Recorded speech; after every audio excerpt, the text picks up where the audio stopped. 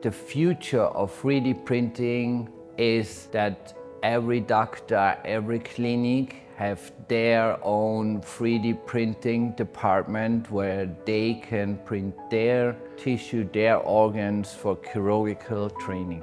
Many surgeons, they liked the fact that they could see all the layers as they are in reality, and I think that was a really good practice for them. I think they felt as if it was real. I will not stop until we print the entire body.